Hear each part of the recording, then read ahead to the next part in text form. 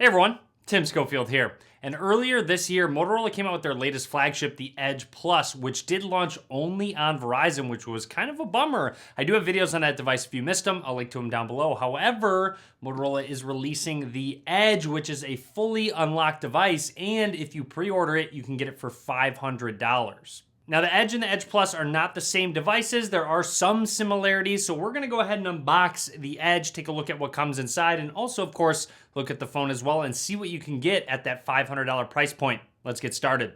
Opening the Edge from Motorola, looks like we have a box towards the top. Inside that box was a clear protective case. Nice to see. It's always great when companies include extras in the box that they don't have to. Setting the phone to the side, you have your standard booklets and SIM ejection tool. Also worth noting, it does have a micro SD card slot. And then finally in the box, you've got your USB Type A, the USB Type C cable for charging, and then an 18-watt turbo power charger from Motorola, USB Type A. Moving along, let's check out the Edge. And right away, I am liking this color. Almost has a blue tint to it. Obviously reflects differently and has a gradient depending on how the color hits it, even almost a rainbow style to it. Really cool, nice work, Motorola. And if you are wondering what this color is called, it is called Solar Black. Really neat. All right, down at the bottom, you have one of your speakers, USB Type-C slot microphone, and look at that, a 3.5 millimeter headphone jack. Nice of Motorola to include that. On the left side of the phone, absolutely nothing. Up towards the top, microphone, and again, SIM card slot, micro SD card slot for expandable storage. And then on the right side, you do have two volume rockers and a power button that does have some texture to it, so you can differentiate between the volume button and the power button.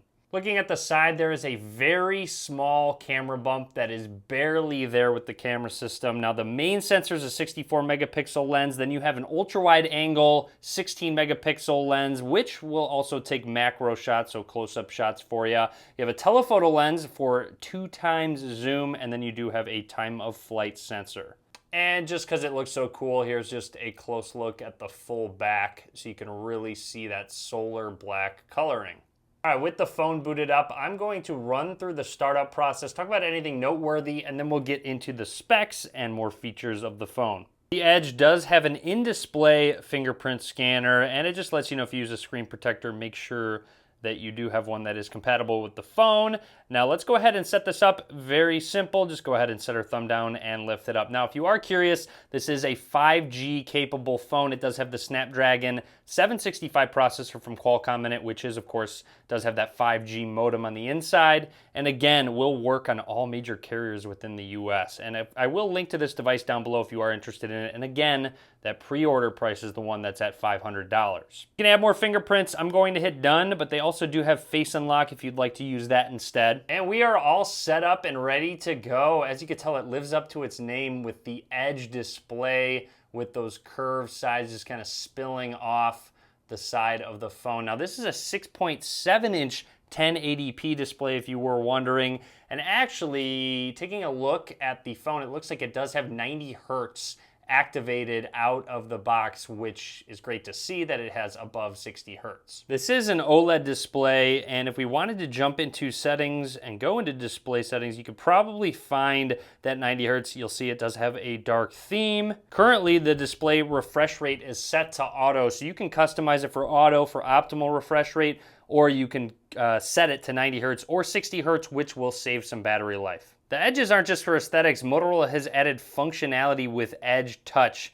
So you can double tap or swipe on an action bar for quick shortcuts. So if we try it out, double tap on the action bar right here, swipe in for shortcuts, swipe down to see notifications from there, swipe down again to open up quick settings, swipe up to see recent apps, or swipe up again for the app tray. So there's a lot of different functionality. Obviously that was just the quick demo, but let's go ahead and actually use it. So if we swipe down from there, you'll see it pulls down our notification tray. If we swipe up, our recent apps, swipe up again, it will jump into our app. So this is all just from one spot on the phone, and you can customize that spot. If we are in the dialer and double tap on that screen, you will see you can get rid of those edges. So you'll see the bezels just got a little bit bigger. That's just obviously with coloring of the display. So if you don't actually want that display to be on with the sides in specific apps, You can customize that on a per app basis. Swiping out will get you some shortcuts that, again, you can completely customize to your liking.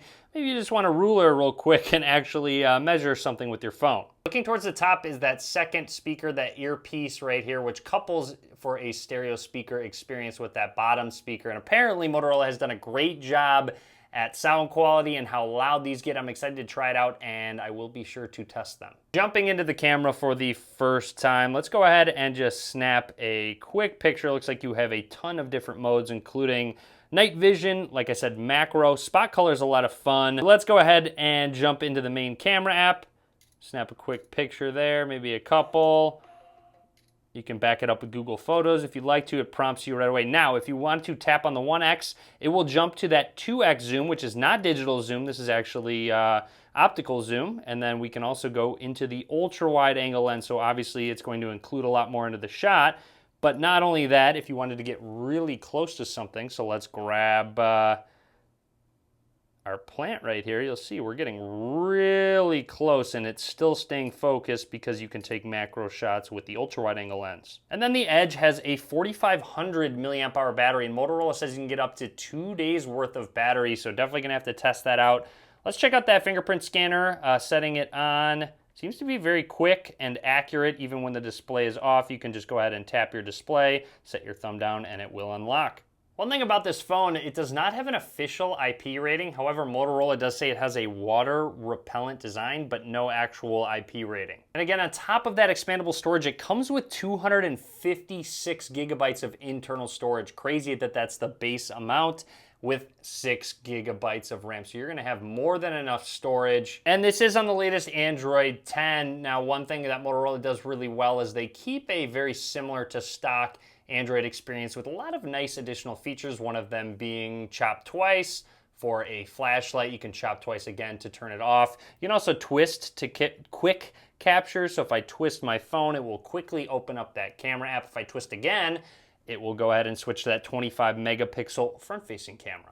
There are some other gestures you can customize, like 3-finger screenshot. And again, Edge Touch is customizable. So with double tap, maybe you want it to switch to the last app. Swiping in can be shortcut, swiping up and down, position, the theme, the opacity of the actual icon here. So if we go ahead and double tap on it now, you'll see it is swapping back and forth between different apps, as opposed to it getting rid of the Edge display, which is very quick and easy. And finally, wanted to just go ahead and put the case on the phone. You'll see it's very open on the side where the buttons are, and even on the left side for that Edge display, just has a nice cutout there. But the cutouts look great on the camera, on the flash, and the microphones, and of course the ports down at the bottom. So everything is exposed still. I can go ahead and reach all of my keys. Nothing is actually covered, but again, nice that they include a case, and it's clear, so you really don't necessarily lose that coloring on the back. Very random, but if you were wondering, you can stand the phone up on its own. I wouldn't recommend it though.